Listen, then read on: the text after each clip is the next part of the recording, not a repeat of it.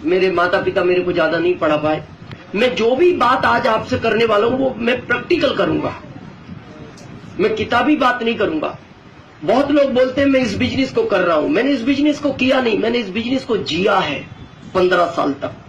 मेरे को अभी 26 तारीख को 15 साल पूरे होंगे इस सिस्टम के अंदर। तो मैं किताबी बात इसलिए नहीं करूंगा क्योंकि मेरे को किताबों का ज्यादा नॉलेज नहीं है, मैं बहुत पढ़ा लिखा नहीं हूं, मैं 10वीं फेल हूं और 10वीं में भी एक बार नहीं,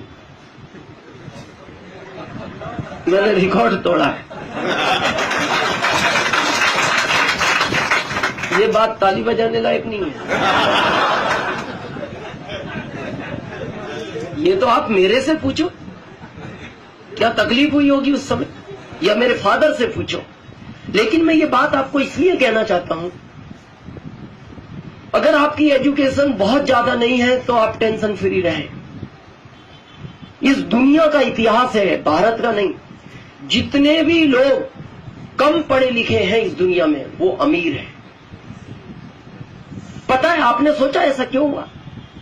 पढ़े लिखे व्यक्ति को ईगो बहुत होता है, बहुत ईगो होता है।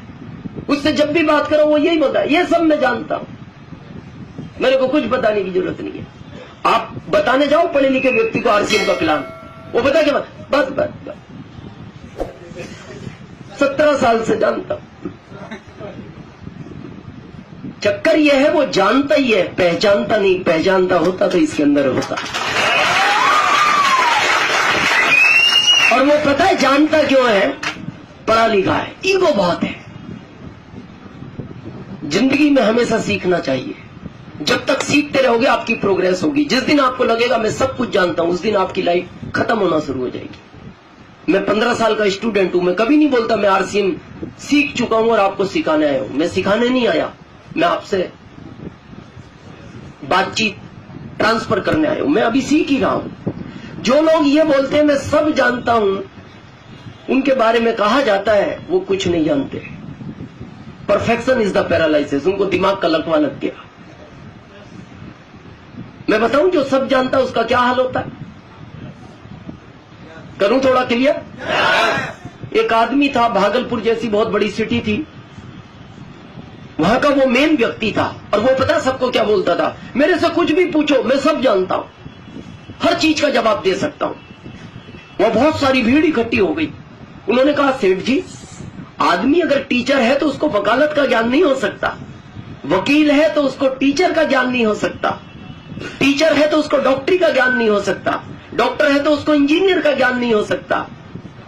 लेकिन उसने कहा नहीं, मेरे को सब ज्ञान है, मैं सब जानता हूं, जो पूछो बताऊंगा। तो एक आदमी ने कहा अगर नहीं बता पाए तो पता वो क्या बोलता है? मैं 50,000 इनाम दूंगा उसको अगर मैं जिसका जवाब नहीं दे पाया। तो लोगों को क्या लगा, पूछ तो लो, कभी अटक जाए सेठ जी तो 50,000 इनाम तो मिलेगा। तो लोगों ने उल्टे सीधे प्रश्न पूछे ताकि वो ये कह दे ये मैं नहीं जानता, नहीं जानता तो इनाम है। तो वो हर बात पे पता क्या बोलते थे? ये तो मैं जानता हूं। लास्ट में एक आरसीएम का डिस्ट्रीब्यूटर पहुंचा, उसने हाथ खड़ा किया। आरसीएम डिस्ट्रीब्यूटर का मतलब ये नहीं वो उस समय आरसीएम करता था। आरसीएम का डिस्ट्रीब्यूटर ये जानता है एक जिंदगी में सब नहीं सीखा जाता। उसने हाथ खड़ा किया, सेठ जी मेरे भी 4 प्रश्न है, उत्तर मिलेगा? सेठ जी ने कहा सबका दिया है, तुम्हारा भी देंगे। बोले नहीं दिया उत्तर? बोले 50,000 इनाम देंगे, जनता के सामने वादा है। तो उसने कहा मेरा पहला प्रश्न ये है सेठ जी, आज के 20 साल पहले तुम्हारे दादाजी का देहांत हुआ, तुम जानते हो? हाँ, मेरे दादाजी का देहांत हुआ, मैं नहीं जानूंगा, कौन जानेगा? जानता हूं। सेकंड, उस समय तुम्हारे पिताजी ने 200 ब्राह्मणों को भोजन कराया, तुम जानते हो? हाँ, ये भी मैं जानता हूं। उस समय तुम्हारे पिताजी ने 1 लाख रुपया खर्च किया, जबकि तुम्हारे पिताजी की स्थिति 1 लाख खर्च करने की नहीं थी, फिर भी किया, जानते हो? हाँ, ये भी मैं जानता हूं। लास्ट, उस समय तुम्हारे पिताजी ने मेरे से 50,000 रुपए उधार लिए थे, तुम जानते हो?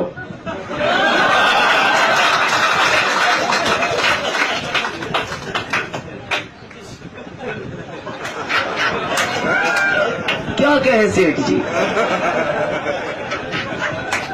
क्या कहे? अगर कह दे जानता हूं तो याद आगे दे दो। और कह दे नहीं जानता तो इनाम दे दो।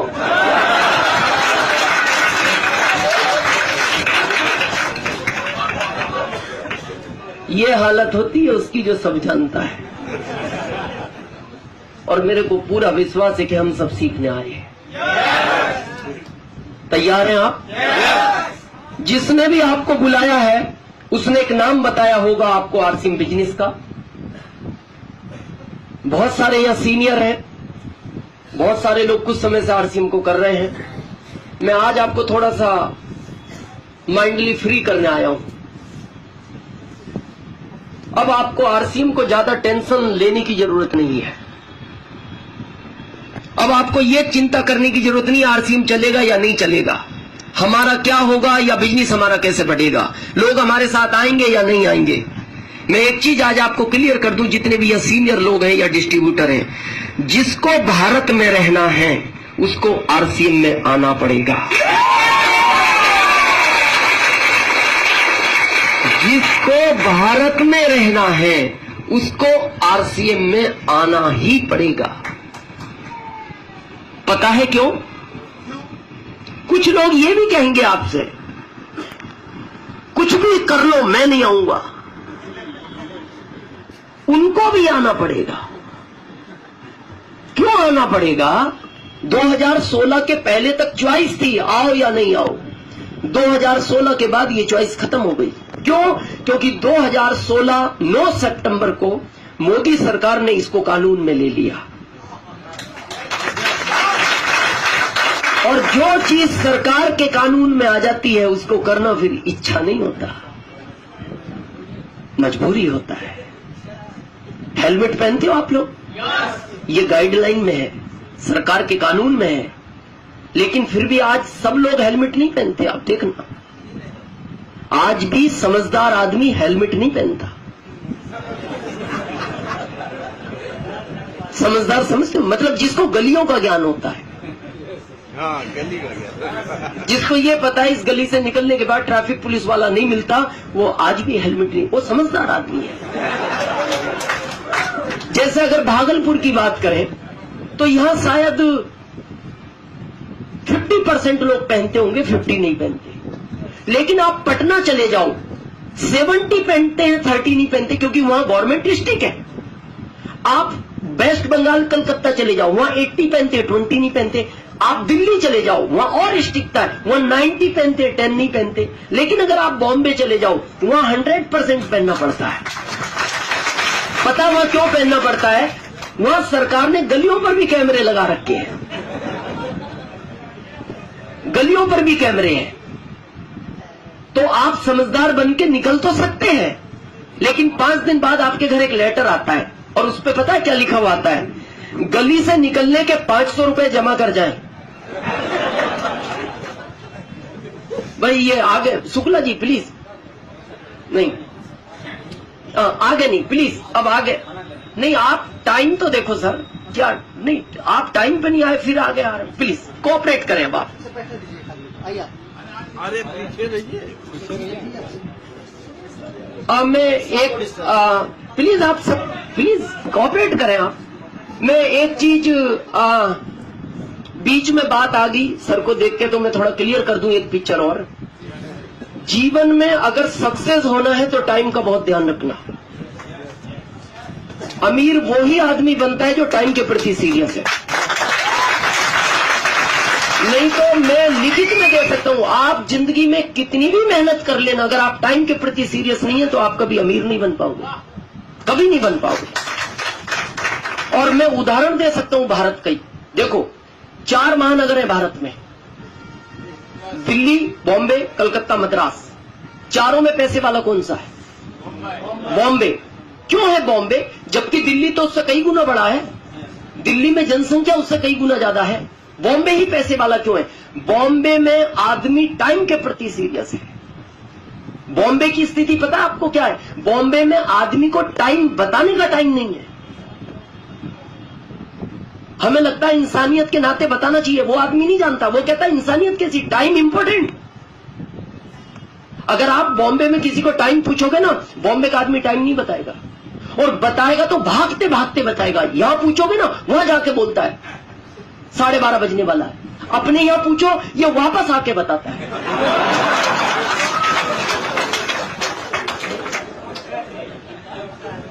ये अंतर है। बॉम्बे में आप किसी का एड्रेस लेके जाओ, अगर आपके पास परफेक्ट एड्रेस नहीं है, आप कभी बॉम्बे में किसी का घर नहीं ढूंढ सकते।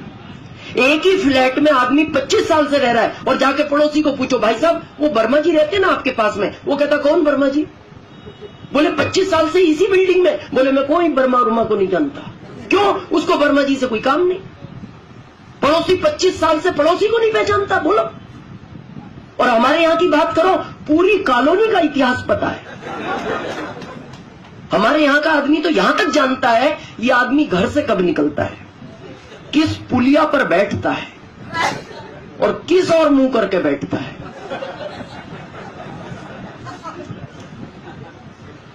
बहुत इंपॉर्टेंट है।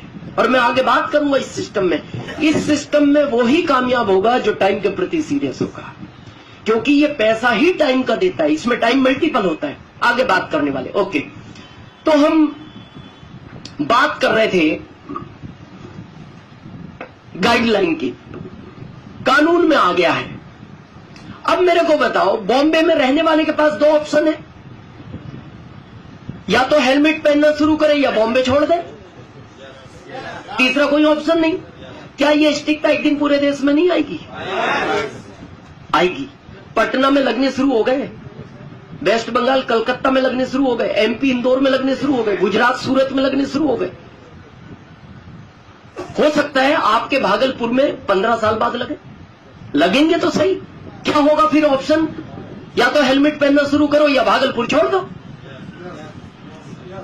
अब जब ये चीज कानून में आ गई 9 सितंबर को, तो हो सकता है, मैं मानता हूं भारत के बच्चे को समझने में इसको हो सकता है 20 साल लगे, 25 साल लगे, 30 साल लगे। लेकिन 30 साल बाद क्या होगा? एक ही ऑप्शन है, या तो आ जाओ या भारत छोड़ दो। तो वो घर वालों से पूछेगा, दोनों ऑप्शन है, क्या करना चाहिए? घर वाले कहेंगे भारत छोड़ के जाएगा भी कहां, इससे इसी में आ जाना। आना तो पड़ेगा। जो आज पहली बार आए उनसे मेरा एक निवेदन है, आ ही गए हो तो इसमें अपना नंबर आज लगवा लेना, क्योंकि आज लगवाओगे तो ये नंबर यहां लगेगा, कल लगवाओगे फिर ये यहां लगता है, परसों लगवाओगे यहां लगेगा, नरसों लगवाओगे यहां लगेगा, तरसों लगवाओगे यहां लगेगा। इसमें ऐसा कोई सिस्टम नहीं है अपन 6 महीने कहीं घूम के आए और 6 महीने आने के बाद बीच में शिफ्ट हो जाए। ये सीनियर जानते हैं, जब से हम सरकार के अंडर आए हैं ना, नाम में करेक्शन नहीं करने देती गवर्नमेंट। जब आप फॉर्म फिलअप करते हो ऊपर एक रेड लाइन फ्लिप करती रहती है, नो करेक्शन, सोच समझ के इंटर करें। आप ओरिजिनल डॉक्यूमेंट भी लेके जाओ ना सरकार के पास, सर मेरा एक नाम में स्पेलिंग गलत हो गया, बोले हो गया तो हो गया, अब कुछ नहीं होगा। अब बताओ, जो सरकार नाम करेक्शन नहीं करने देती वो आपको बीच में ले आएगी। आज आओगे तो यहां हो, कल यहां, परसों यहां, नरसों यहां, तरसों यहां, और बरसों बाद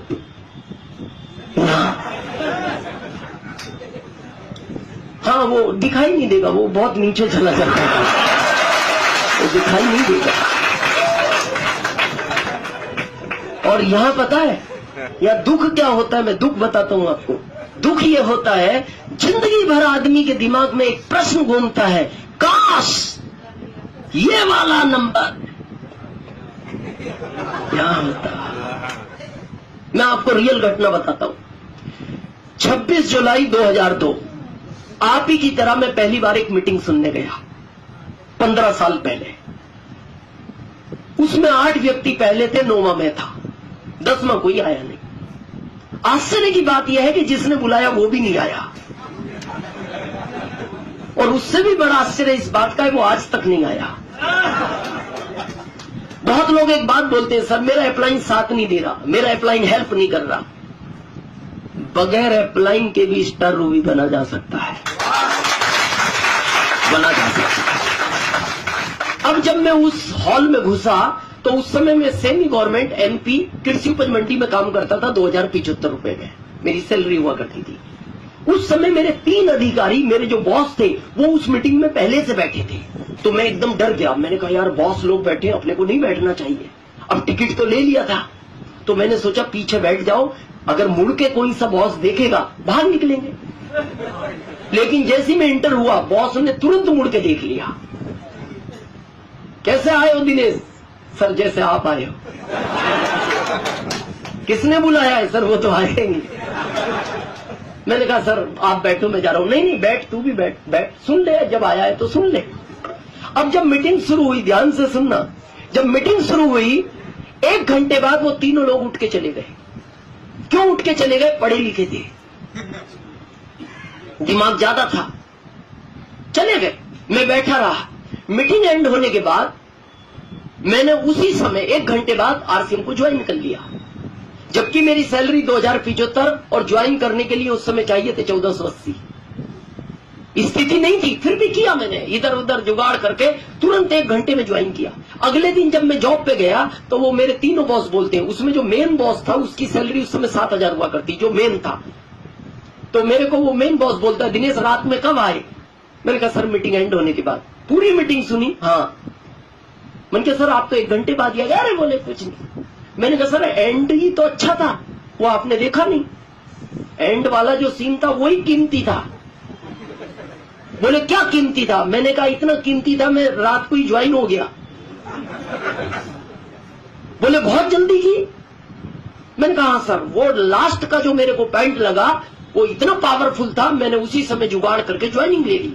फिर पता वो मेरे को क्या बोलते हैं? मैंने कहा सर आपका क्या विचार है? उनका, अब उनकी कहानी सुनना, क्या बोलते हैं? दिनेश ये पढ़े लिखे लोगों का काम नहीं है, इसको अच्छे लोग नहीं करते, ये बेवकूफ लोगों का काम है। और जो कम पढ़े लिखे लोग होते हैं वो ऐसा काम करते हैं, लेकिन तूने सही डिसीजन लिया है। समझे आप? इनडायरेक्टली उनको जो मेरी बेइज्जती करनी थी वो लास्ट लाइन में कर दी। क्या बोले? ये पढ़े लिखे लोगों का काम नहीं है, ये अच्छे लोगों का काम नहीं है, ये बेवकूफ लोगों का काम है, पर तूने सही डिसीजन लिया है। कि मतलब उसमें तू सबसे पहले शामिल होता है। 3 साल पहले तीनों ज्वाइन हुए हैं। 3 साल पहले तीनों ज्वाइन हुए। एक का रॉयल्टी हुआ मार्च में, एक का लीडरशिप हुआ, एक का वाइटल निकला, और वाइटल मेन बॉस का निकला है क्योंकि वो सबसे आखिरी में आया है। कुछ दिन पहले की कहानी है, उन्होंने मेरे को फोन किया, दिनेश कहाँ हो? मैंने कहा सर मैं दिल्ली एयरपोर्ट पे हूँ। कहाँ जा रहे हो? मैंने कहा सर मैं रतलाम आ रहा हूँ। कब तक आ जाओगे? मैंने कहा सर 3 घंटे में। कोई विशेष? बोले नहीं, इसके फ्यूचर के लिए बात प्लानिंग करना था। मैं गया, मैंने कहा सर रात को मिलते। बोले नहीं आप टूर से आ रहे हो, मॉर्निंग मिलते। मॉर्निंग होटल में वो चाय पी रहे थे तीनों। मेरे को फोन किया हम इस होटल में, दिनेश जी आ जाओ। मैं जब वहां पहुंचता हूं, उन्होंने एक चाय और ऑर्डर किया। आप विश्वास नहीं करोगे, जो मेन बॉस था ना, बात करते करते उसकी आंख में आंसू झलक आए। तो मेरे को लगा घर में कोई ट्रेजेडी हो गई होगी। तो मैंने कहा सर क्या हुआ? मेरे लायक कुछ काम? बोले नहीं तुम्हारे लायक कुछ। सर कुछ हो तो बताओ। बोले दिनेश इसमें तुम कुछ नहीं कर सकते। मैंने कहा सर फिर भी कुछ तो। बोले इसमें तुम कुछ नहीं कर सकते। मैंने कहा सर फिर भी क्या हुआ? बोले दिनेश बस एक ही बात का दुख है, काश ये वाला नंबर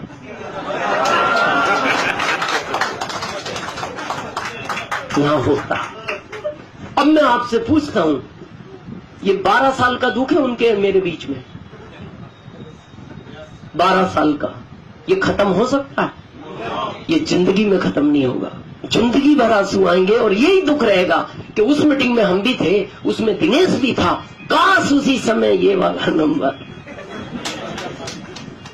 मैं आपसे रिक्वेस्ट करता हूं, ये दुख आप मत लेके जाना, समझ के करना, अप्लाई से प्लान और देख लेना, सब कुछ देख लेना, लेकिन आ ही गए हो तो इस चीज को मत छोड़ना। ये आज नहीं तो आपके भविष्य में आपके बच्चों के काम आएगी, भले आपके समझ में आज ना आए। क्लियर है? हम सब यहां इकट्ठे हुए हैं इसलिए कि सबको पैसा चाहिए। एग्री है मेरी बात से? जितनी भी प्रॉब्लम इस दुनिया में है शायद पैसे के लिए है। भाई भाई से लड़ता है कारण पैसा है, बच्चे माँ बाप से अलग हो जाते हैं शायद कारण पैसा है, 4 बर्तन जिस घर में होते हैं आवाज आती है सहमत हैं आप मेरी बात से? पैसे को लेकर एक बात याद आती है मेरे को, बड़े ध्यान से सुनना। पैसा आज की क्या जरूरत है। एक बार एक अर्थी जा रही थी, अर्थी यू नो अर्थी, अर्थी एकदम सिंपल थी, उसके पीछे हजारों लोग लाइन में थे, भीड़ थी बहुत। तो जो भी उस अर्थी को देखता था वो ये समझता था कोई महान व्यक्ति इस दुनिया से चला गया, इसलिए सम्मान में ये भीड़ है। लेकिन उस अर्थी के आगे कुत्ता चल रहा था, कुत्ते को हार फूल माला पहना रखे थे। तो जो भी देखता था वो कंफ्यूज हो जाता था कि इस अर्थी में इस कुत्ते का क्या काम है। और कुत्ता वो भी सजा हुआ, सजाना था तो इस अर्थी को सजाना था। हर व्यक्ति टेंशन में था। एक आदमी को सहन नहीं हुआ, वो दुकान से भागा भागा आया और जो लोग अर्थी को कंधा देके जा रहे थे, 4 लोग, आगे वाले व्यक्ति से जाके पूछता है, भाई साहब इस अर्थी पर कौन है? उसने कहा मेरी पत्नी है। बोले ये कुत्ता किसका है? बोले कुत्ता मेरा है। बोले आपने कुत्ते को इतने हार क्यों पहनाए हैं? बोले मेरी पत्नी इसी के काटने से मरी है। उसका तो दिमाग खराब हो गया। उसने कहा अजीब आदमी हो, पत्नी को कुत्ते ने काट लिया, पत्नी मर गई और तुमने कुत्ते को सजा दिया। उसने कहा आप पहले मेरी बात तो सुनो, मैं एक बहुत गरीब परिवार का लड़का हूं। मेरी माँ ने लोगों के घरों में बर्तन साफ किए, कपड़े साफ किए, पोछा लगाया, मेरे को पढ़ाया और मैं इकलौता लड़का हूं मेरे माँ बाप का। मेरे को बड़ा किया, डिग्रियां दिलाई और भारत सरकार ने मेरे को नौकरी नहीं दी। मेरी शादी हो गई। रोज मेरी पत्नी घर से एक लिस्ट देती थी बाजार से सामान लाना। अब मैं बेरोजगार था, जब मेरे को काम मिलता ले आता था, नहीं मिलता नहीं ला पाता था। अब जिस दिन मैं नहीं ला पाता था ये लड़ती थी मेरे से, बोलती थी क्यों शादी की आपने मेरे से जब आपके पास पैसा नहीं था।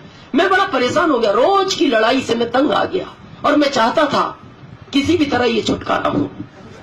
और ये शुभ काम मेरे इस कुत्ते ने किया।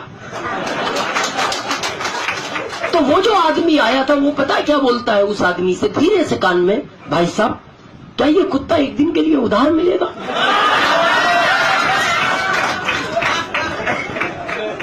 क्यों मांग रहा था? शायद वो भी परेशान था, कम था या ज्यादा था लेकिन परेशान तो था। जैसे उसने धीरे से उसके कान में कहा क्या ये कुत्ता एक दिन के लिए उधार मिलेगा, तो कुत्ते का मालिक बोलता है लाइन में लग जाए, ये 1000 भी इसीलिए आ रहे हैं।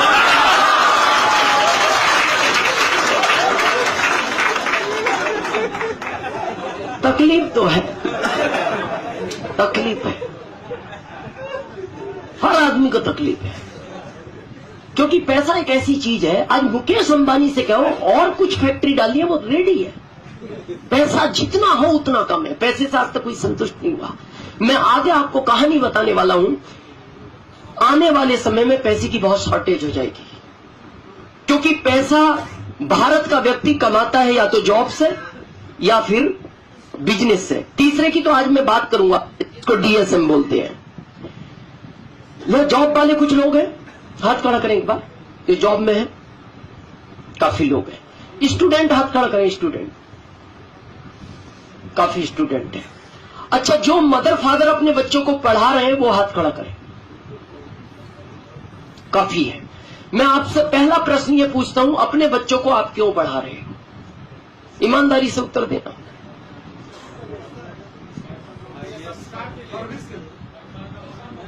पैसा पढ़ा के कमाने के लिए तो पढ़ाई नहीं चाहिए। धीरू भाई अंबानी पढ़े लिखे नहीं थे। मैं रियल बताऊं, आप जॉब के लिए पढ़ा रहे हो। अच्छा कोई गवर्नमेंट में जुगाड़ हो जाए, जॉब मिल जाए। मैं आपको ये बताने वाला हूं, आप बहुत गलत फहमी में जी रहे हो। 2025 के बाद भारत में जॉब नहीं है, जॉब ही नहीं है। आपको पता है, शायद अभी अंदाज नहीं है, क्योंकि आप ना तो सर्च करते हो इन चीजों को। वही चीज मैं आपको बताने वाला हूं, टेक्नोलॉजी चेंज हो रही है। देखो जॉब कहां कहां लगता है, ध्यान से सुनना। जॉब टीचिंग में लगता है, जॉब बैंक में लगता है, जॉब पुलिस में लगता है, जॉब रेलवे में लगता है, जॉब आर्मी में लगता है। अब मैं टीचर की बात करता हूं। अभी तक टीचर में यह था किसी भी समय जाओ, साइन कराओ, जितना पढ़ाओ पढ़ा दो। सरकार को यह लगा ये टीचर सीरियस नहीं है। अब सरकार ने बड़े कॉलेज में एलईडी लगा दिए। अब उसमें टीचर की एंट्री नहीं है। बच्चे आएंगे, टाइम से एलईडी चलेगा, उसमें से ही सामने वाला एलईडी से ही प्रश्न उत्तर करेगा बच्चों से। अब उनको आदमी चाहिए ही नहीं, और वो टाइम पे पढ़ाएगा, टाइम पे छोड़ेगा। यानी आने वाले समय में सरकार को टीचर नहीं चाहिए। सेकंड आता है पुलिस। पुलिस क्यों रखती है सरकार? चौराहे पे खड़ा होकर ध्यान रखे कोई गाड़ी ना निकल जाए, कोई गलत आदमी ना निकल जाए, कुछ गलत काम ना हो जाए। अब ये चौराहे पे खड़ा तंबाकू मल रहा है, गाड़ी निकल गई।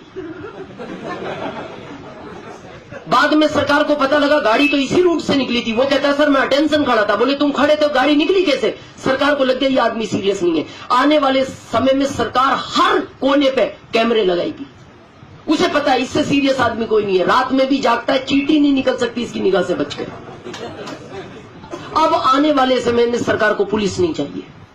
कोई गलत एक्टिविटी करेगा कैमरा पकड़ेगा, सीधी उसको सजा होगी।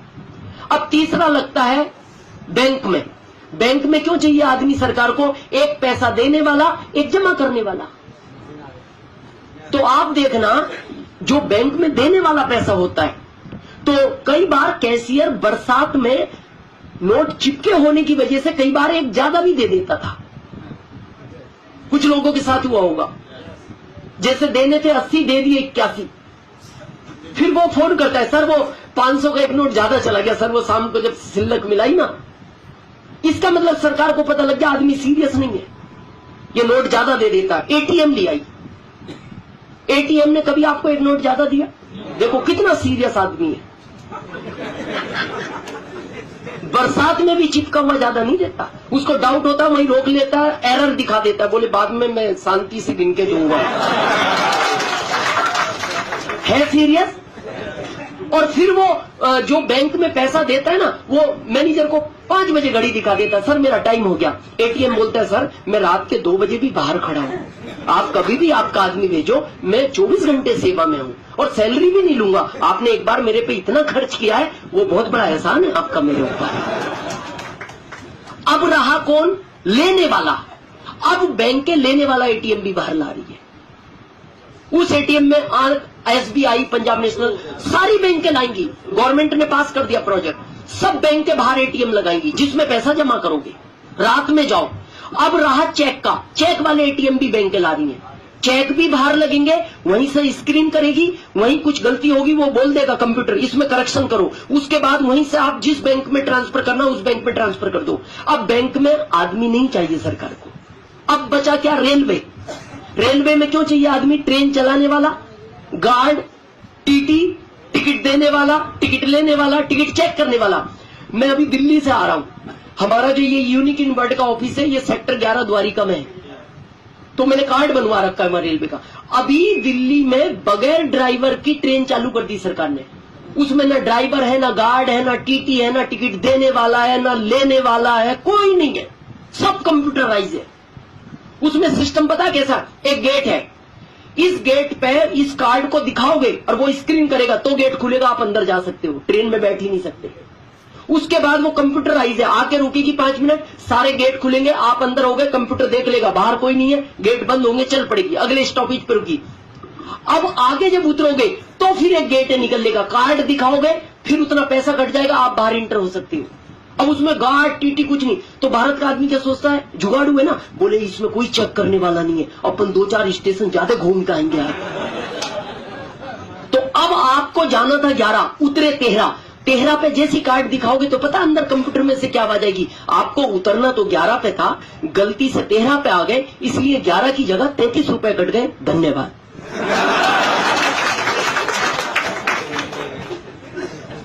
अब क्या बचा? आर्मी, सेना। अभी सरकार ने रॉबर्ट के लिए ऑर्डर कर दिया देशों को। अब सरकार सेना की जगह भारत की जो सीमा है उस पर रॉबर्ट ला रही है। और रॉबर्ट की यह खासियत है, उसका निशाना नहीं चूकता, कंप्यूटराइज है, जहां तक उसको आदमी दिखता वहां तक मारता है। और दूसरी खासियत यह है, उसको कोई मारे उसको फर्क नहीं पड़ता। अब मैं आपसे जो लास्ट प्रश्न पूछ रहा हूं वो ये पूछ रहा हूं, आप अपने बच्चों को पढ़ा क्यों रहे हो?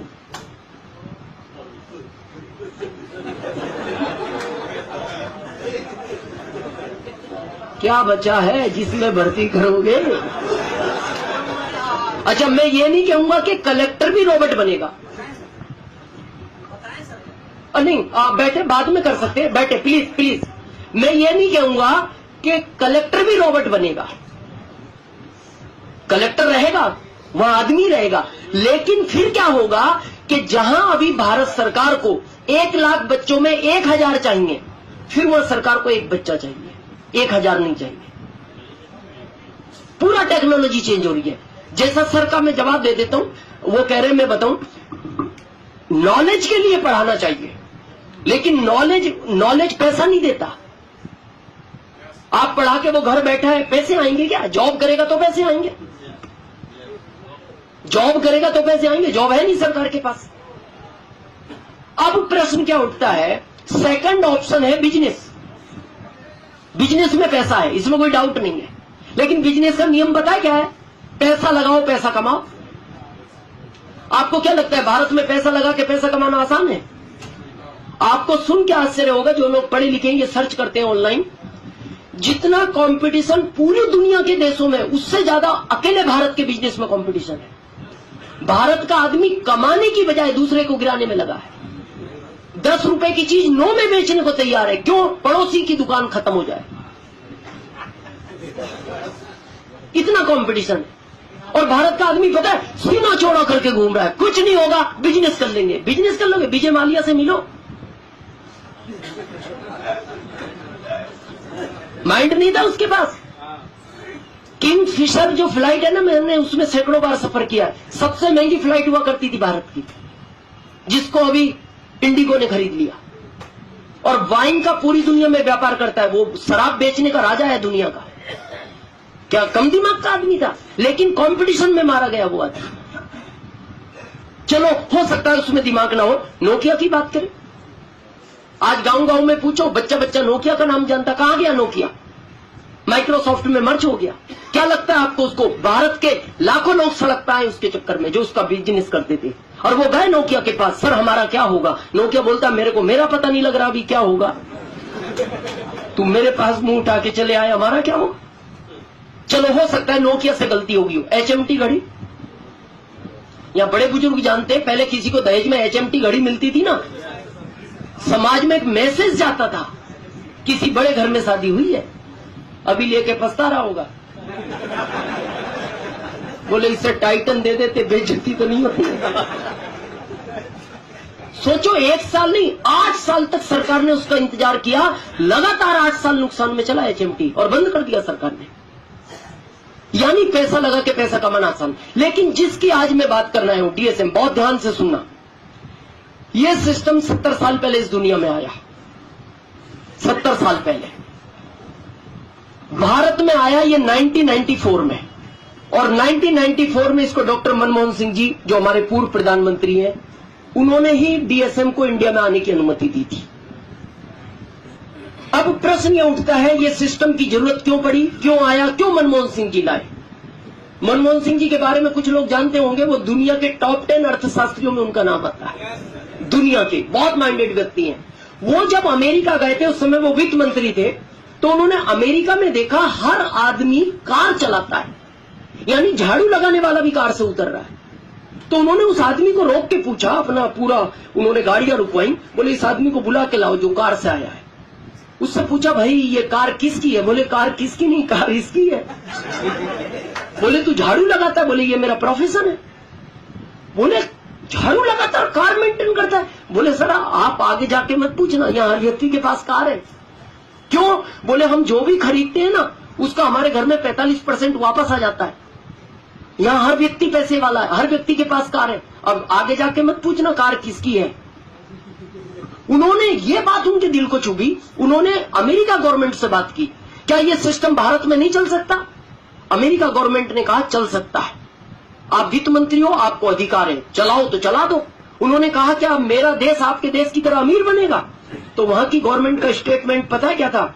मनमोहन सिंह जी, आपका भारत बहुत बड़ा देश है, अगर भारत का आदमी सिस्टम को समझता है ना, तो आपका देश अमीर नहीं, वापस सोने की चिड़िया बन जाएगा, वापस सोने की चिड़िया बन। लेकिन अब प्रश्न ये उठता है, बना क्यों नहीं? 1994 से बहुत लंबा अरसा हो गया। मैं बताऊं क्यों नहीं बना।